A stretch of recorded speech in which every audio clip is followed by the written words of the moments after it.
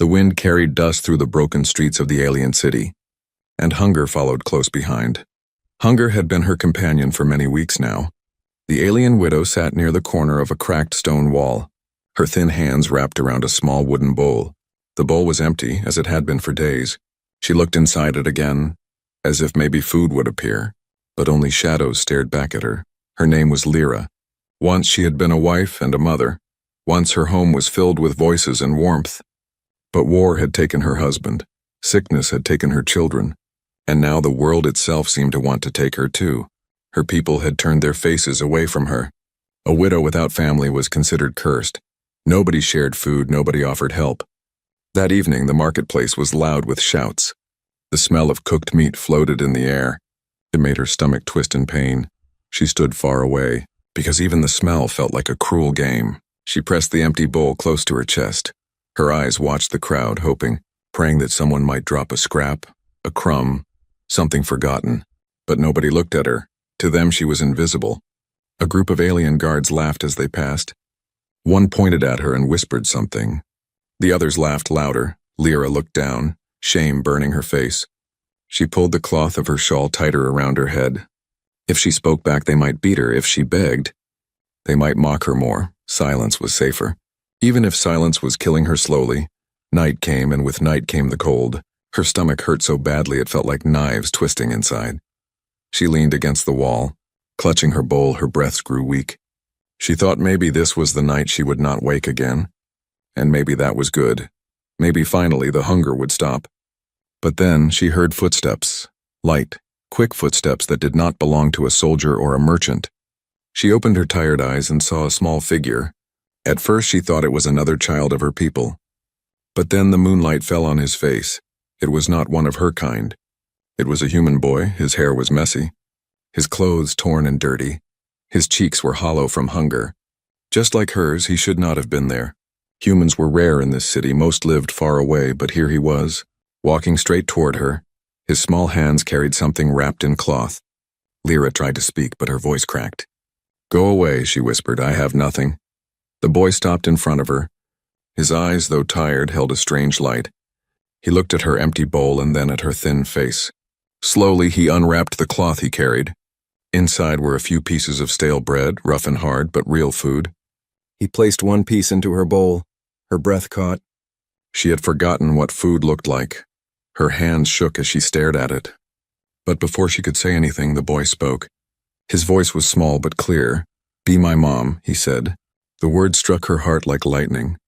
For a moment she thought she had imagined it.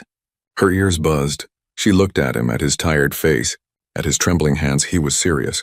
His eyes did not carry mockery, only need. "Why?" she whispered, her lips dry. "Why would you ask me that?" The boy sat down beside her, close enough that she could feel his warmth in the night air. He hugged his knees and leaned against her side as if it was the most natural thing. "Because I don't have one," he said softly. "And you look like you need someone too."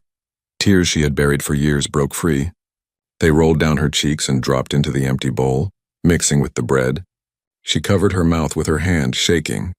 No one had spoken to her with kindness in so long. No one had looked at her like this. The boy did not move away. He rested against her as if he had already chosen. She wanted to push him away, to tell him she could not, that she was cursed, that she had nothing to give. But her arms betrayed her slowly, without thinking. She wrapped them around the boy. Her thin body trembled, but she held him close. For the first time in many years, the empty bowl in her hands did not feel like a symbol of despair. It felt like the beginning of something she did not yet understand. But shadows watched them from the edge of the street, dark shapes that whispered to one another. Hungry eyes, not of kindness but of suspicion. The city did not welcome such bonds, and soon, both the widow and the human child would discover that their choice carried danger far greater than hunger. The night grew colder, but the warmth of the boy in her arms stayed. Lyra sat against the broken wall with the human child leaning on her shoulder. Her mind was full of questions. Why was he here alone, in a city that despised strangers? Why had he chosen her of all people? A starving widow with nothing to give. The bread still lay in her bowl, untouched. Her hands trembled each time she looked at it. She wanted to eat, but another part of her could not.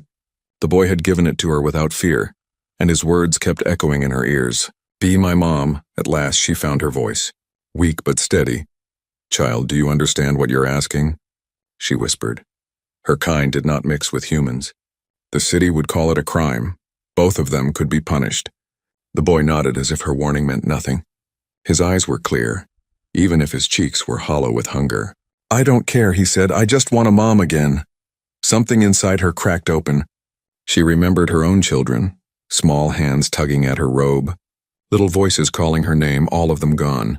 But now this human child sat here looking at her with the same need. Her throat burned. I have no food, no home. No safety, she told him. If you stay with me, you'll starve too. The boy tilted his head. His voice came soft, almost like a secret. Then we can starve together. The words cut deeper than any blade. She covered her mouth, choking on her own sob. He should have been afraid. He should have run from her curse. But instead he chose her, a cursed widow invisible to her people.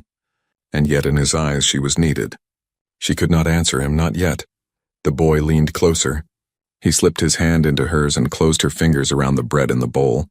Eat, he said. You need it more than me. Lyra stared at him. Her people would never give food to a widow. But this child did. She broke the bread slowly, tasting its dryness. Tears ran down her face as she chewed. To her, it was the sweetest meal she had eaten in years. But peace never lasted long in that city.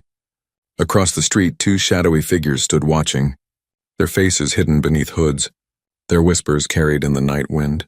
A widow, with a human boy, one said. That cannot be allowed, the other answered. Lyra felt the weight of eyes on her back. She stiffened, pulling the child closer. She knew this city too well. Anything unusual drew suspicion, and suspicion turned to cruelty. Come, she whispered to the boy. We cannot stay here. The boy did not ask questions. He simply nodded and followed. Together they walked through narrow alleys, the moonlight guiding their way. The streets were nearly empty now, but danger was everywhere. Lyra pulled her shawl lower to hide her face. The boy stayed close, clutching her sleeve. Where are we going? He asked, his voice small but steady. Someplace quiet, she said, though in truth she had no plan. The city had no safe place for her, let alone for a human child. But she could not let those watchers report them. They reached the edge of an abandoned square. A broken fountain stood in the center. Its water long gone, Lyra sat the boy down beside it. She touched his cheek with trembling fingers. Why me? She asked. Why not seek your own kind? The boy's lips pressed into a thin line. I did, he said. They didn't want me. His eyes lowered. They said I was weak, that I would only slow them down. Lyra's breath caught. She understood. He was rejected too, cast aside just as she had been. That was why he had chosen her, not because she was strong, but because she was the only one who understood. Before she could reply, the sound of boots echoed through the alley. Harsh voices barked orders. The watchers had reported them. Soldiers were coming. The boy's hand gripped hers tightly, his body trembled. Mom, he whispered. The word struck her like a blade and a shield at once. It was dangerous, it was forbidden. Yet it gave her strength she thought she had lost forever. Lyra rose to her feet, pulling the boy with her. Run, she said, her voice shook. But her steps were firm, for the first time in many years. She was not running only for herself. She was running for someone who called her Mom. They darted through the ruined streets, the sound of soldiers chasing close behind. The boy gasped, his small legs struggling to keep up. Lyra lifted him into her arms despite her weakness. Her body screamed with pain, but she held him, refusing to let go. The night swallowed them. The soldiers' torches grew closer, but Lyra pressed forward, guided only by one thought. If the city wanted to take him away, it would have to take her first. The city did not sleep, not even at night. Lyra knew this too well. The broken towers and cracked streets were full of eyes. Some hungry, some cruel, all dangerous. She held the boy close, her arms weak but stubborn. Every step echoed louder than it should have. Every shadow looked like a trap behind them. The sound of boots and shouts faded. For a moment, silence returned. But silence in this city was not peace. Silence was warning. It meant something else was waiting. Lyra pressed her back against the wall of an old, abandoned shop. She tried to catch her breath. The boy clung to her shawl, his face buried against her shoulder. His small body trembled, but his voice whispered, "They're gone, right?" She stroked his hair, forcing her voice to stay calm. For now, she said. But her heart knew the truth. Those soldiers were not the only threat. From across the alley, two figures stepped out of the dark. The same hooded watchers from before. Their eyes glowed faintly under the shadows. Cold and sharp, they had followed silently. Waiting for the right moment, Lyra froze. Her arms tightened around the boy. The taller one spoke first, his voice like rusted iron. The law forbids this, he said. A widow cannot take in a child.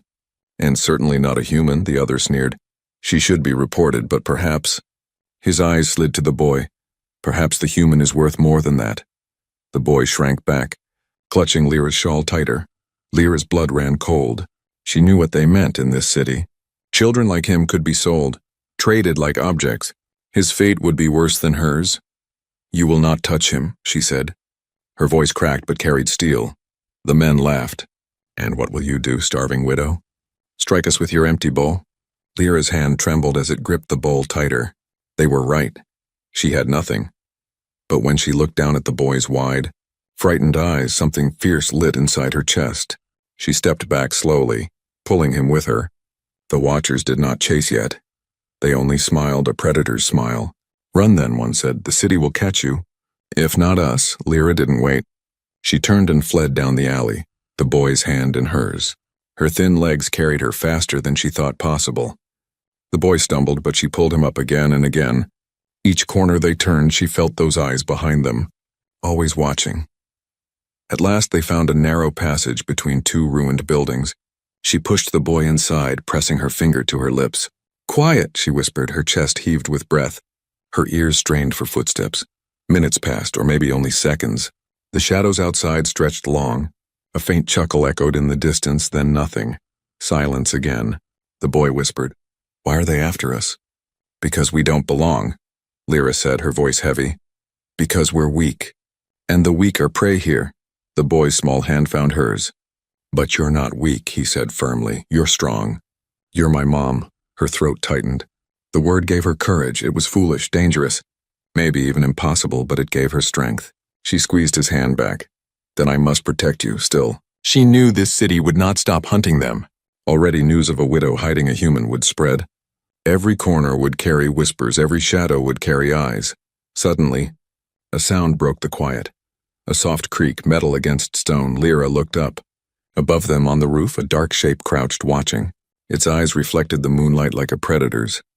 The boy gasped, pressing close to her side. Lyra's heart raced. She pulled him deeper into the shadows. But the figure did not move, it only watched, silent and patient. More shadows gathered, not just one, but many. The rooftops seemed alive with movement. Faces hidden, eyes glowing, they did not strike yet. They were waiting, testing. Lyra understood the message. This was not about one or two watchers. The city itself had turned against them. She leaned close to the boy's ear, her whisper urgent. We cannot stay here, there is only one place left. Where? He asked, his voice shaking. The old ruins beyond the wall, she said. No one dares go there. The boy nodded without hesitation, trusting her completely. His small fingers clung to her sleeve as if it were a lifeline. Lyra's eyes swept the shadows above one last time.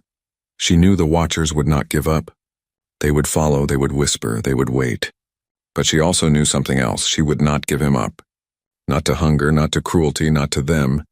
With her heart pounding, she led the boy out of the narrow passage. The city's eyes followed. Unseen but heavy, the shadows watched, and in their silence, a promise lingered. The hunt had only just begun. The night had stretched long, and their legs felt heavy. By the time Lyra and the boy found shelter, the moons were high above the city, pale light painting the ruins silver. They slipped into the broken doorway of an old stone house, its roof half collapsed and its walls covered in moss. Inside it smelled of dust and forgotten years. But it was quiet, no footsteps, no whispers. Lyra lowered herself to the floor, setting the boy beside her. Her chest heaved with each breath. Her arms trembled from carrying him through the streets. Still, she pulled him close, scanning the corners of the room with sharp eyes. Shadows had followed them for hours, but here, at least for now, there was silence. The boy looked up at her, his lips dry. Are we safe? He asked. Not safe, she answered honestly. But safer. He nodded, as if that was enough. His stomach rumbled loudly, and he laughed nervously. Lyra's own hunger twisted in reply. The single piece of bread they had shared earlier was long gone. The boy reached into the torn cloth bag tied to his side. From it he pulled out something wrapped in paper. His small hands shook as he opened it. Inside were 2 dried roots, wrinkled and rough, hardly food by any measure. But still something. Lyra stared at them in disbelief. "Where did you—" "I kept them," the boy said with a shy smile. "I thought maybe I'd need them later." He held one out to her. "Now I think you need it more." Her throat tightened. She should have refused. He was just a child. And children needed food more than anyone. But when she saw the way he looked at her with trust, with hope, she could not deny him. Slowly, she accepted it. Her fingers brushed his, and she felt how cold his skin was. They ate in silence, chewing slowly, letting the dry taste fill their mouths. It was not enough, not even close, but for the first time in years, Lyra did not feel alone in her hunger. They were sharing it together. The boy leaned against her shoulder as he ate. His voice came soft between bites. "Do moms always share food with their kids?" Lyra's heart broke at the question. She closed her eyes, remembering her lost children. She remembered giving them her last piece of bread while she starved. She remembered their laughter, the way they trusted her. Her voice came out as a whisper. "Yes, always." The boy smiled. "Then you really are my mom now." Her eyes filled with tears she could not hide. She turned her face away so he wouldn't see.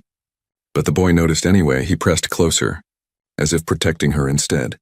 Outside, the city did not rest. In the distance, the sound of marching echoed faintly. Soldiers, searching. Their torches cast orange glows that flickered against the ruined walls. Lyra stiffened, pulling the boy against her chest. "Quiet," she whispered. Her ears strained. The footsteps grew louder. Coming closer to their hiding place, the boy's small body trembled. She covered his mouth gently, praying he would stay silent. The soldiers' voices carried through the night air. "Check the ruins," one ordered. The widow and the human must not escape. Her breath caught. They were being hunted like criminals. She pressed herself deeper into the shadows, holding the boy so tight it hurt. The soldiers' torches passed by the doorway, their light spilling across the floor. Lyra froze. Even her heartbeat felt too loud. The boy's eyes widened with fear, but he did not make a sound. His tiny fingers dug into her shawl. The soldiers lingered for a moment, their voices rough. "Nothing here, move on." The torches drifted away, their glow fading into the distance. Still, Lyra did not move, not until the night swallowed the last echo of boots. Only then did she release the breath she had been holding. The boy looked up at her, whispering. "They almost found us, yes," she said, her voice shaking. "But they didn't." The boy placed the second root into her hand.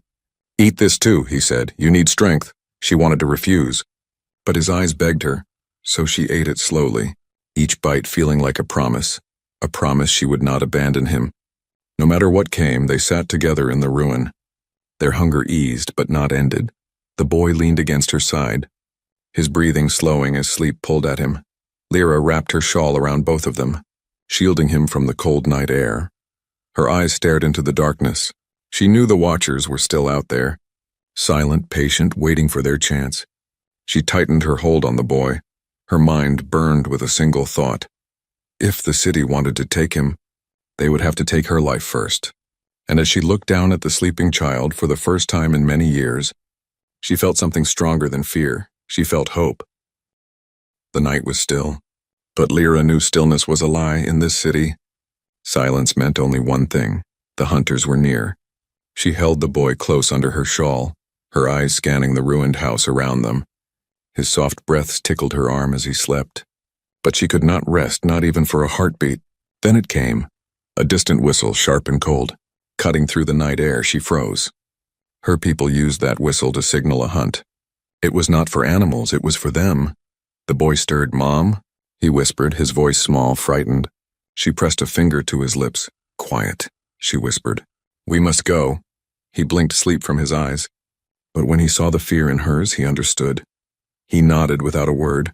She lifted him into her arms, her body weak but her spirit fierce, and slipped out of the ruined doorway. The streets were darker here. Broken stones and shattered lanterns lined the alleys. Each step was careful, but each step echoed too loud. Behind them, faint shouts rose. The hunters had their trail. "Hold on," Lyra whispered, pulling the boy tighter. She darted into narrow passages, her feet scraping on loose rubble, Her shawl snagged on broken wood, but she tore it free. Her heart pounded. The boy pressed his face against her shoulder. "They're coming," he whispered. "I know," she said, forcing calm into her voice. "But they will not take you." They reached the edge of the marketplace, now abandoned. Only shadows of empty stalls and torn cloths remained. But to Lyra's eyes it was a maze of dangers. She could hear boots striking stone. Closer, louder. She ducked behind a collapsed cart. Peering through the gaps, the soldiers were moving like wolves. Torches in hand, their eyes sharp, searching. One of them called out, "The widow runs toward the ruins, cut her off." Her stomach twisted. How did they know? Were the watchers already ahead of her?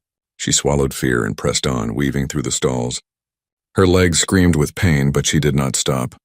The boy lifted his head, whispering, "Mom, over there." He pointed toward a broken archway at the far end of the square. Beyond it lay the ancient part of the city, ruins that even the guards avoided. They said spirits walked there. Old curses and forgotten machines. Lyra's lips pressed thin. Fear clawed at her, but the boy was right. The ruins were their only chance. She nodded, "Yes." "Hold tight." They sprinted across the square, but a shout rose behind them. "There! Stop them!" Torches flared, boots thundered. Lyra felt the fire of panic burn through her chest. She pushed harder, her arms trembling as she carried the boy. At the last moment, she threw herself through the archway, stumbling onto the broken stones beyond. The ruins stretched before them, shattered walls, leaning towers, and hollow tunnels. The air smelled of dust and rust. The boy's eyes widened. "It's like another world," he whispered. "Yes," Lyra said, her breath shaking. "And it will hide us." Behind them, soldiers hesitated at the archway. Their voices carried, "We shouldn't go in there." "The old ones left it cursed." "Cursed or not, the orders are clear," another barked. Lyra wasted no time. She moved deeper into the ruins, weaving through fallen pillars and tangled vines. Her ears caught every sound, the scrape of her feet, the boy's soft breaths, and the faint echoes of soldiers forcing themselves to follow.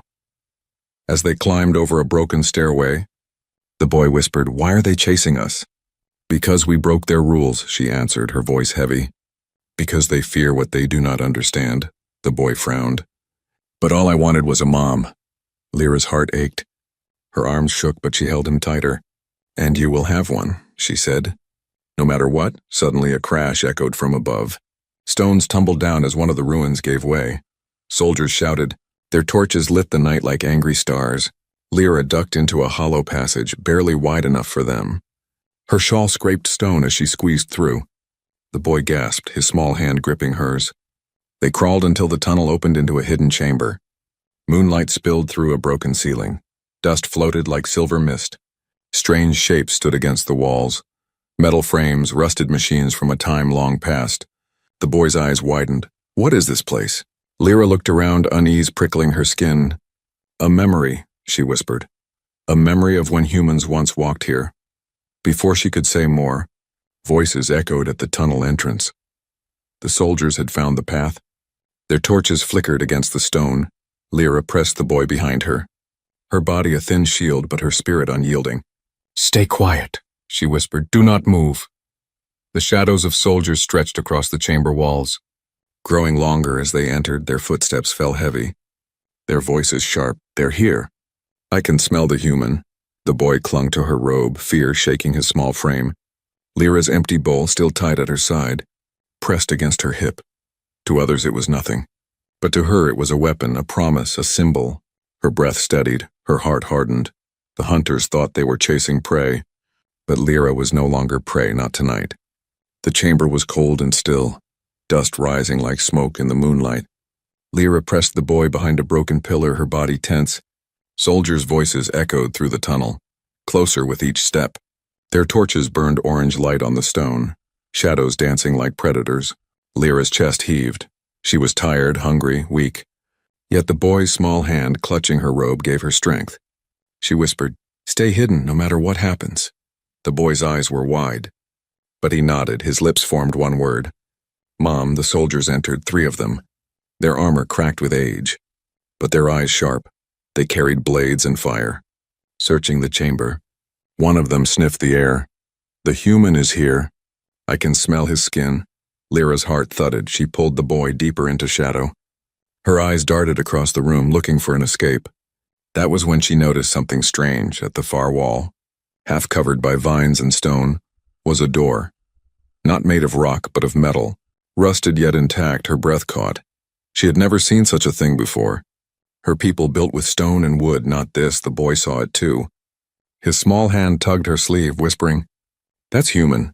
The soldiers drew closer. One torch swept too near, almost revealing them. Lyra made her choice. She grabbed the boy's hand and bolted toward the metal door. The soldiers shouted, "There!" She yanked hard on the door, but it did not move. Her arms shook, her body weak. The boy pressed his hands against it too, his small voice desperate. "Push harder." Then with a groan of rust and dust, the door slid open. A hiss of stale air rushed out, and beyond it stretched a dark passage lined with strange lights that flickered faintly even after centuries. Lyra pulled the boy inside and slammed the door shut, just as the soldiers reached it. Their fists pounded against the metal, echoing like thunder, but the door held. The boy gasped in awe, his eyes wide as he looked at the glowing panels on the walls. "This is a human place," he whispered, his voice full of wonder. "It's still alive." Lyra felt the same shock. The air smelled strange, dry but not dead. Faint humming vibrated through the walls. She had heard old stories, whispered by elders long gone, of when humans first came to their world. They had built outposts, stations, shelters, but no one had seen them in generations. Her hands touched the wall, feeling the faint pulse of energy. It was as if the place itself had been waiting.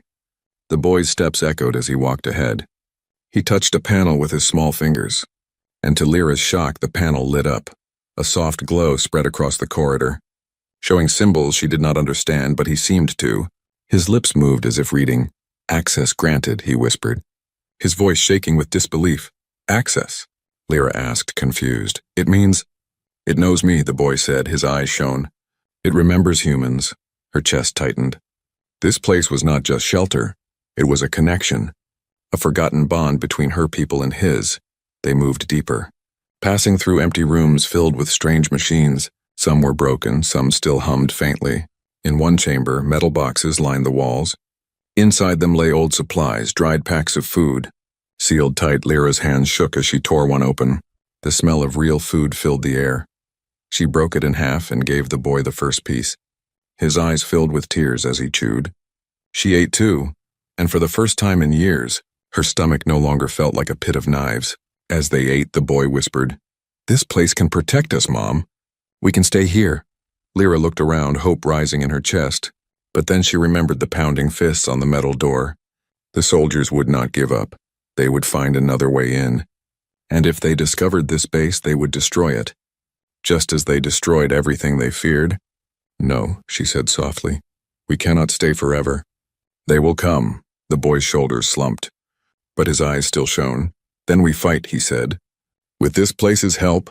Her lips parted in surprise. He was only a child, yet his words carried fire. She touched his cheek, whispering, "You are braver than any warrior I've ever known." A loud crash echoed behind them. The soldiers had found a new tunnel. Their voices carried, angry and hungry. The boy grabbed her hand, pulling her deeper into the base. "Come on, Mom. There's more ahead." They ran, lights flickering on as they passed, as if the base itself was guiding them at the far end. They entered a chamber larger than any before. At its center stood a tall console glowing faintly. Screens lit up with strange images of stars, maps, and words Lyra could not read. The boy stepped closer, his small fingers brushing the console. The screens brightened, humming louder, his face glowed in the light. "Mom," he whispered, "this place, it knows humans are gone. It's been waiting for someone to come back." Lyra felt her heart race. She did not understand, not fully, but she knew one thing. This forgotten base had secrets, and now those secrets belonged to them. Behind them, the soldiers' footsteps grew louder, closing in fast, but Lyra no longer felt only fear. She felt something new, something dangerous, hope mixed with defiance. The console's glow bathed the chamber in pale light. The boy stood before it, his small hands hovering over strange symbols. Lyra stayed close, her body tense. Behind them, the echoes of boots and shouts grew louder. The soldiers were almost here. Lyra gripped the boy's shoulder, whispering, "Stay behind me." But the boy shook his head, his eyes locked on the glowing screen. "No, Mom, this place, it listens to me." The console hummed louder, As if answering him, words in human script filled the panels. Lyra could not read them, but she saw stars flicker on the screen. Maps, coordinates, warnings, and then a message repeated in faint sound, ancient yet clear, outpost secure. Awaiting human command. The boy's eyes widened. It's waiting for me. Before Lyra could reply, soldiers poured into the chamber. Their torches flickered, blades shining. The leader pointed his sword. Step away from the human, widow. This is your last chance. Lyra's thin body trembled. But she stood tall, shielding the boy with her arms. No, she said, her voice was soft, yet steady. He is mine, he is my son. The soldiers laughed. Cruel and sharp, a cursed widow and a lost human? You think you can stand against us? The boy turned, his face glowing in the console's light. His voice rang out, small yet commanding. She's not cursed, she's my mom, the console answered. Lights burst across the walls, machines long dead hummed to life. The ground trembled as panels opened, revealing drones of metal, rusted but still moving. Their glowing eyes turned toward the soldiers. The men froze, their laughter dying. One whispered, the old machines. The drones stepped forward, their arms unfolding into strange weapons. The console's voice echoed again, louder this time. Protective protocol activated, the soldiers shouted in panic. Some tried to charge, but beams of light struck the ground before them. Forcing them back, the chamber shook with power long forgotten. Lyra held the boy close, her heart racing. She had never seen such strength. The hunters who had tormented her, who had laughed at her hunger and weakness, were now trembling, powerless. The leader snarled, "This isn't over!" He gestured for retreat, and the soldiers scrambled back into the tunnels, torches flickering wildly as they fled. Their voices echoed with fear. The widow commands the machines. She will bring ruin. Silence returned, broken only by the hum of the console. The drones stood still, their glowing eyes watching, awaiting further command. The boy turned to Lyra, his face bright with awe and exhaustion. Mom, we're safe, they can't hurt us now. Her knees gave way, and she sank to the floor, pulling him into her arms. Her thin body shook with relief. Tears spilled down her face, not of sorrow this time, but of something she thought she had lost forever. Hope. You saved us, she whispered, brushing his hair back. You gave me strength I thought was gone. The boy leaned into her, his small arms wrapping around her neck. No, he whispered. You saved me first. For a long moment they stayed like that, mother and son, two lost souls who had found each other in the darkest place. But Lyra knew their journey was not finished. The soldiers would not forget what they had seen. They would spread fear through the city. Whisper of curses and machines, more would come, stronger than before. She looked at the boy, her hand cupping his cheek. If we stay here, they will return, but if this place truly listens to you. The boy's eyes lit with determination. Then we can use it, we can find others, maybe other humans. Maybe people who won't turn us away. Lyra's heart swelled with pride. He was still a child, yet his courage burned brighter than any flame. She nodded. Then we will go together, always together. The console flickered again, showing a map of distant stars, unknown places, new beginnings. The boy touched the screen and the machines responded. The hum of engines deep beneath the earth stirring awake. Lyra held him close, whispering into his hair. You are not alone anymore, and neither am I. The boy smiled through his tears. We are a family now. The chamber filled with light as the forgotten base came alive, preparing for something greater. Beyond the ruins, the city trembled in fear. But within those walls, a widow and a child sat together. No longer prey, no longer broken. For the first time in many years, Lyra believed in tomorrow. And as the boy called her mom once more, she knew this truth. The empty bowl in her hands had finally been filled, not with food, but with love.